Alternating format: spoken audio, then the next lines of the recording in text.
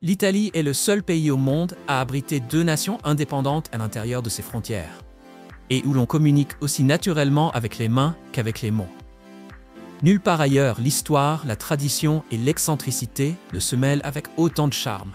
Entre un festival chaotique où l'on se lance des oranges et une vieille loi à Milan qui obligeait autrefois les gens à sourire en public, l'Italie regorge de surprises insolites. Même sur les plages, des règles s'appliquent. Il est interdit d'emporter du sable comme souvenir. Toutes ces singularités font de l'Italie le pays le plus étrange de toute l'Europe. Alors découvrons ensemble 15 faits incroyables et choses inattendues sur l'Italie. C'est parti. Numéro 15. Le seul pays au monde qui contient 3 pays. Si Paris est la ville lumière, alors l'Italie est sans doute la capitale du charme étrange, bien plus que la terre de la Rome antique, la Venise chantante ou la Florence artistique. Voici un fait que peu de gens connaissent. Au cœur de la botte italienne, vous pouvez littéralement visiter 3 pays en une seule après-midi. Cela paraît bizarre, et pourtant c'est vrai. L'Italie est la seule nation sur Terre à contenir en son sein 2 États entièrement souverains. La Cité du Vatican et la République de Saint-Marin. La Cité du Vatican est le plus petit pays du monde et le centre mondial de l'Église catholique. Ce n'est pas seulement célèbre pour la basilique Saint-Pierre ou la chapelle Sixtine. Un fait étonnant, les uniformes de la garde suisse au style Renaissance ont été conçus par Michel-Ange lui-même. Non, ce n'est pas du cosplay, c'est une véritable cérémonie vivante. Dirigez-vous maintenant vers le nord-est jusqu'à Saint-Marin, une minuscule république perchée sur le mont Titano, qui reste indépendante depuis plus de 1700 ans. La plupart des voyageurs ignorent même son existence. Avec l'un des gouvernements les plus anciens d'Europe, Saint-Marin imprimait autrefois sa propre monnaie, gérait son service postal et délivrait des passeports, aujourd'hui devenus objets de collection. Comme des timbres rares. Fait amusant, les citoyens de Saint-Marin n'ont pas besoin de passeport pour entrer en Italie, mais les touristes peuvent demander un tampon international insolite comme souvenir. Dites-nous en commentaire si le Vatican et Saint-Marin viennent de s'ajouter à votre liste de voyages. Numéro 14. L'Italie abrite des plages parmi les plus originales d'Europe. Oui, des plages avec de la personnalité. Commencez par la Pelosa, souvent surnommée les Caraïbes de l'Italie, grâce à ses eaux cristallines où l'on voit son ombre danser sur les fonds marins. Mais ce qui la rend vraiment unique, ce n'est pas seulement sa beauté, c'est cette règle étrange. Les touristes doivent poser une serviette avant de toucher le sable, pour éviter d'en emporter accidentellement quelques grains.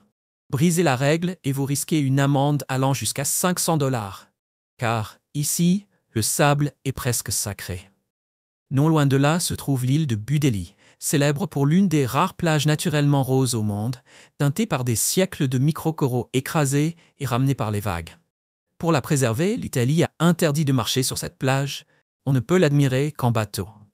Encore plus insolite, pendant 30 ans, Budeli n'a eu qu'un seul habitant, Mauro Morandi, qui a vécu seul comme un Robinson Crusoe des temps modernes.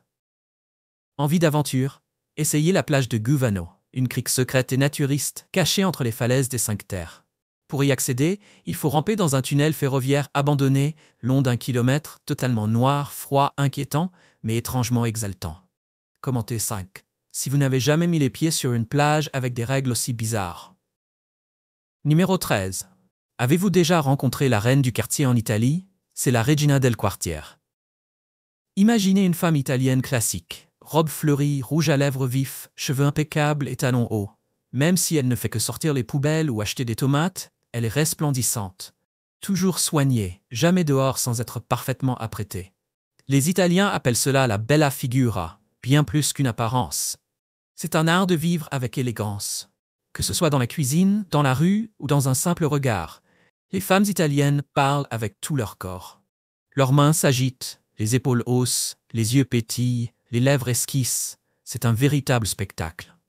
Elles transforment le déjeuner en œuvre d'art, non pas en cuisinant seulement, mais en créant.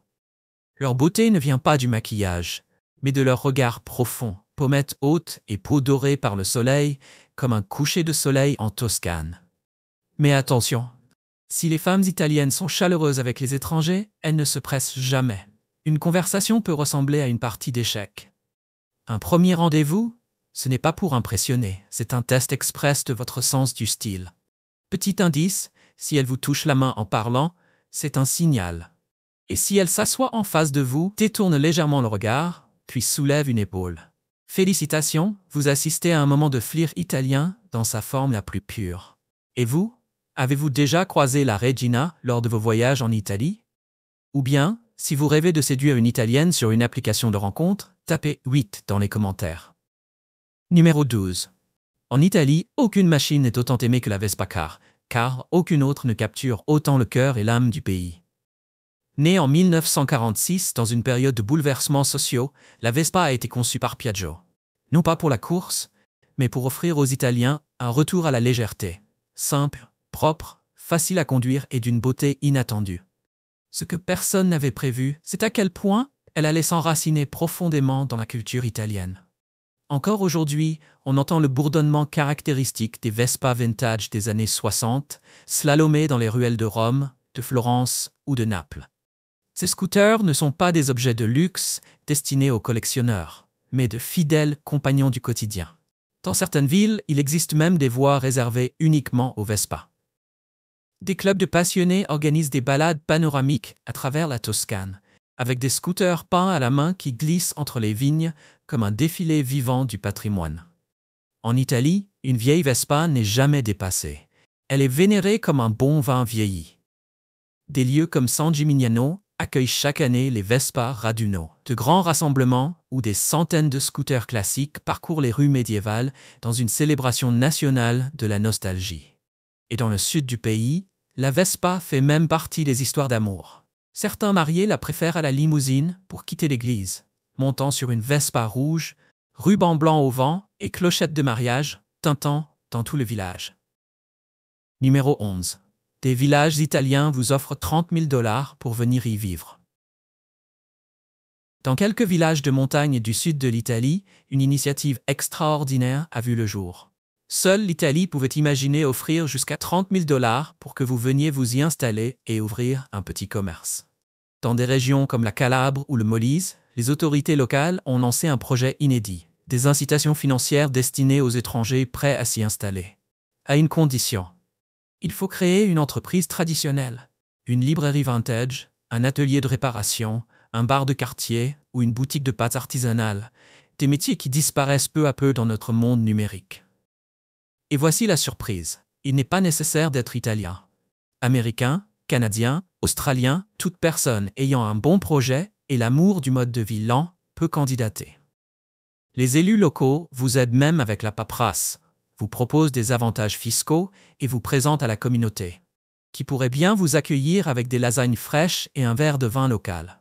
Encore mieux, certaines communes ont préparé des maisons à louer pour seulement $1 par mois, avec de petits jardins, des cheminées confortables et des paysages si charmants qu'on se croirait dans une peinture de Van Gogh. Envie d'en savoir plus? Laissez un commentaire avec le chiffre 2.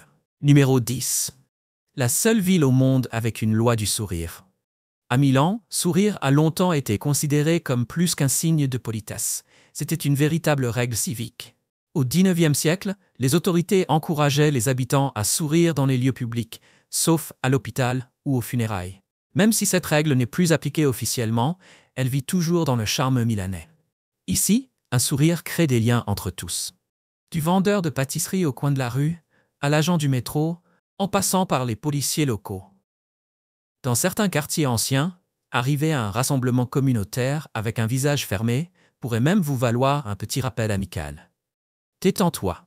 C'est une tradition locale, maintenir une atmosphère chaleureuse et accueillante. Et dans une ville mondialement connue pour la haute couture et le design épuré, c'est presque poétique que Milan ait choisi quelque chose d'aussi simple qu'un sourire pour incarner son identité. Peut-être est-ce pour cela que les visiteurs repartent d'ici non seulement avec des tenues stylées, mais aussi avec le cœur un peu plus léger.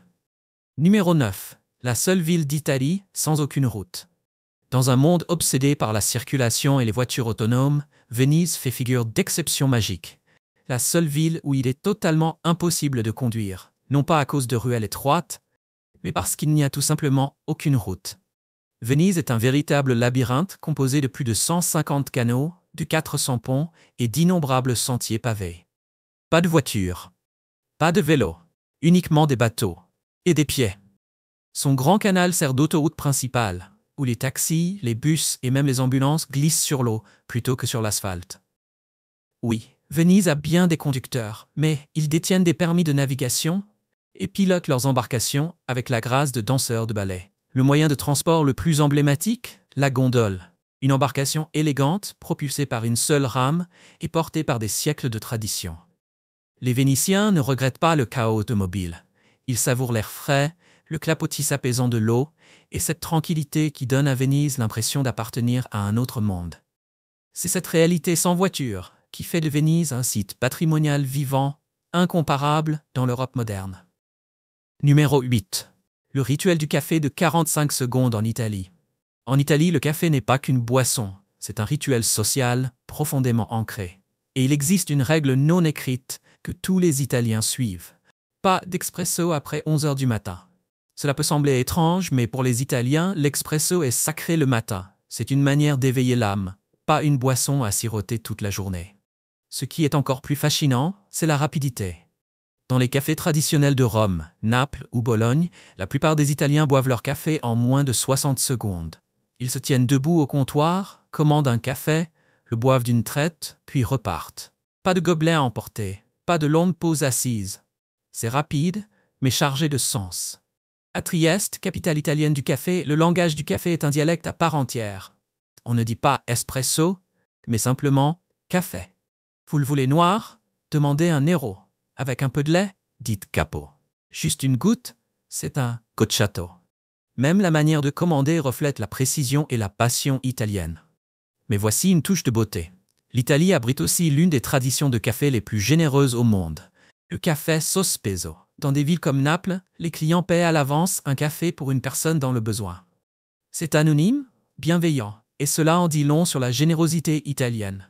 Un rituel qui dure moins d'une minute, mais qui résume toute une culture. Numéro 7.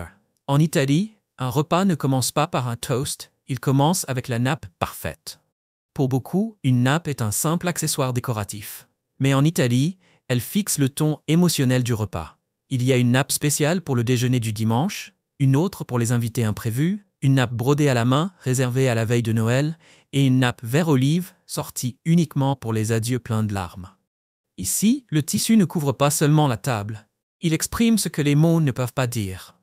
Dans des régions comme l'Ombrie ou les Pouilles, les mères transmettent des nappes de génération en génération, chacune tissée avec les souvenirs de repas d'été, de disputes familiales et de réconciliations sincères. À Modica, le festival annuel Tovaglia d'Arte célèbre l'art de la broderie de nappes et les histoires cousues dans chaque pièce. À Florence, des boutiques de textiles traditionnels vendent encore du linge de table conçu pour toutes les humeurs. L'une d'elles propose même une nappe appelée « joie inattendue ». Il n'y a bien qu'en Italie où une simple nappe peut devenir une pièce de haute couture émotionnelle. Numéro 6. Trastevere, là où Rome s'éveille après minuit. Tous ceux qui visitent Rome entendent parler des places animées, des verres de vin sur les balcons et de la vie nocturne vibrante de Trastevere. Mais peu connaissent la culture secrète des heures tardives qui distingue ce quartier du reste de l'Europe. Dans les ruelles sinueuses de Trastevere, les habitants allument encore des bougies devant leurs portes. Non pas comme décoration, mais comme invitation silencieuse à la conversation. Ici, vous ne trouverez pas de bars bruyants ou surpeuplés. Les gens s'installent sur les trottoirs, un verre de vin à la main, échangeant des conversations profondes et poétiques jusqu'à l'aube, au rythme du quotidien en fond sonore. Rome est aussi la seule ville où certains restaurants secrets ouvrent à 2 heures du matin, servant des plats inspirés des recettes d'Apicius, vieux de 2000 ans. Si vous avez de la chance, vous pourriez même participer à une visite fantôme réservée aux locaux, déambulant dans les ombres du Panthéon. Promenez-vous sur la Via del Corso, la nuit, et vous verrez des femmes italiennes assurées. Un expresso à la main, riant au téléphone, leurs robes flottant dans la brise. C'est Rome dans toute sa vérité. Les bars légendaires, comme le Bar del Fico ou le Jerry Thomas Speakeasy, ne servent pas seulement des cocktails. Ce sont des repères discrets d'artistes et d'écrivains. La Piazza Navona, autrefois un ancien stade, devient une scène à ciel ouvert pour les artistes de rue. Et ne manquez pas la Piazza del Popolo, où le mur des murmures permet d'entendre quelqu'un parler à près de 30 mètres, comme si Rome elle-même vous confiait un secret rien qu'à vous. Numéro 5. La manière italienne de voyager. Voyager en Italie ne se résume pas à cocher des monuments sur une liste. C'est une aventure spectaculaire, pleine de découvertes inoubliables.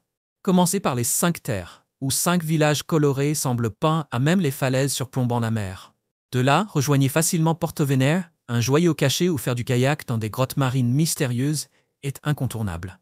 Puis prenez le train jusqu'à La Spezia pour savourer des fruits de mer très frais à des prix locaux très abordables. Quittez la côte pour découvrir la célèbre tour de Pise, le monument le plus difficile à faire tomber du monde. Mais ne vous arrêtez pas à la photo classique en train de soutenir la tour. Faites quelques pas jusqu'à la Piazza dei Miracoli où vous trouverez la cathédrale, le monastère et le musée, puis passez par l'Orto Botanico à proximité. Un jardin botanique fondé en 1544, l'un des plus anciens d'Europe. À Rome, la fontaine de Trévi ne sert pas qu'à jeter des pièces. À 10 minutes de marche, vous découvrirez les célèbres escaliers de la place d'Espagne, rendus célèbres par le film Vacances romaines. Continuez vers la Via del Corso, un paradis du shopping au cœur de la ville antique, et terminez votre balade par un espresso italien parfait. Bien sûr, le Colisée, autrefois résonnant des combats de gladiateurs, se trouve à quelques pas du Palatin et du Forum romain. Vous marchez littéralement à travers l'Empire romain.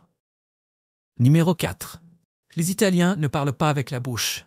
Tout le monde sait que les Italiens parlent avec les mains, mais il faut être sur une piazza de Naples pour vraiment le comprendre. Observez 2 hommes débattre avec passion. Bras en l'air, épaules qui bougent, visage expressif. En Italie, communiquer, c'est tout un art corporel. Les mains ne sont pas qu'un appui, elles sont un langage à part entière. Les gestes sont tellement codifiés qu'ils peuvent être lus et même traduits. Une simple pince de doigt dirigée vers le ciel ne veut pas juste dire qu'est-ce qui se passe. Elle exprime une confusion pure avec une élégance théâtrale. Anecdote amusante, l'Italie a un jour publié un dictionnaire complet des gestes de la main, répertoriant plus de 250 mouvements officiels.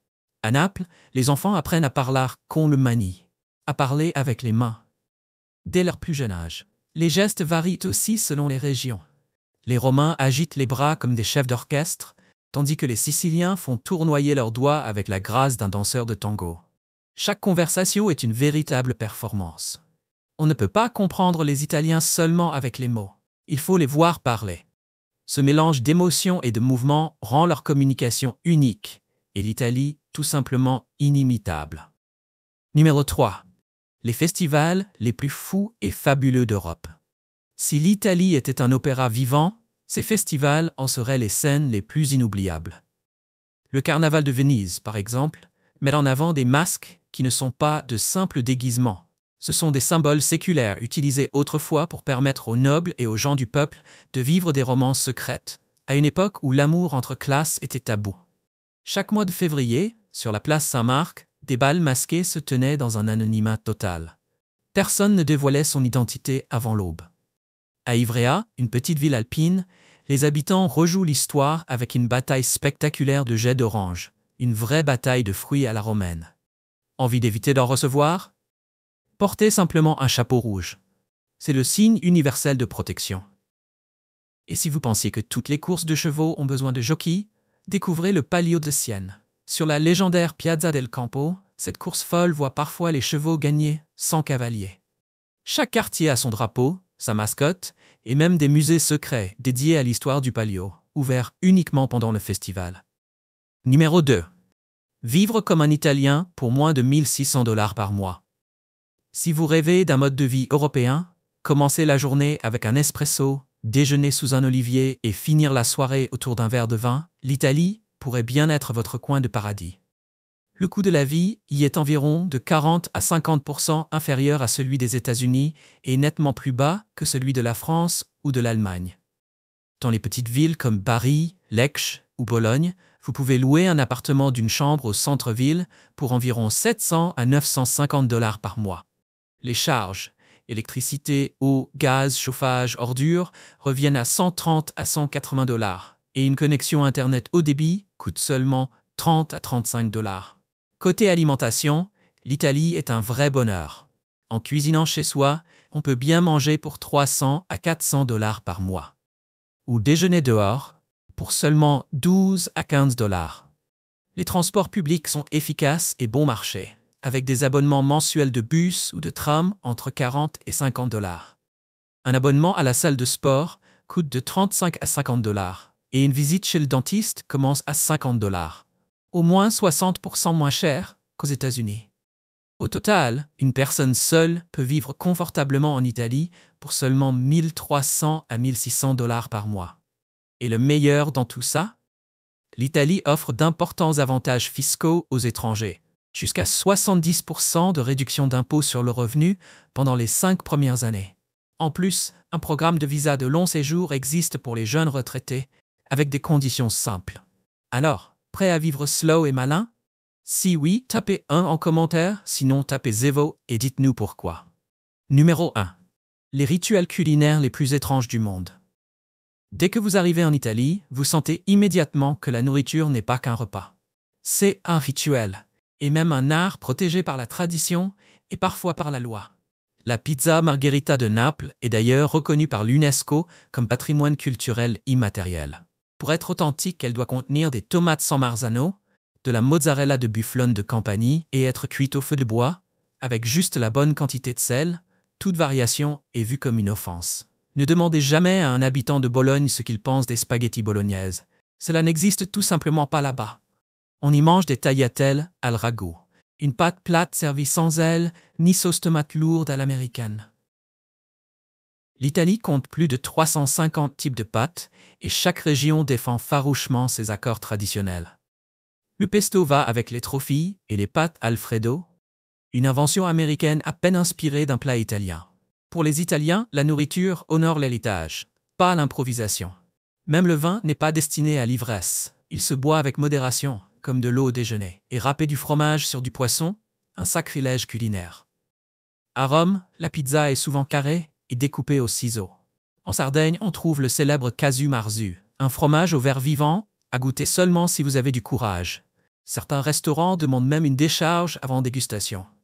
Et voilà, nous venons de découvrir ensemble 15 faits fascinants et étranges sur l'Italie. J'espère que tu as aimé la vidéo d'aujourd'hui. Si c'est le cas, n'oublie pas de cliquer sur le bouton j'aime et de t'abonner à la chaîne pour ne pas manquer les prochaines vidéos passionnantes. Ton soutien nous aide à continuer à créer du contenu encore meilleur. Assure-toi de regarder la prochaine vidéo qui apparaît à l'écran. Je suis sûr que tu vas l'adorer. N'oublie pas de laisser un commentaire sur le pays que tu aimerais que nous explorions prochainement. Merci beaucoup d'avoir regardé et à très bientôt dans la prochaine vidéo.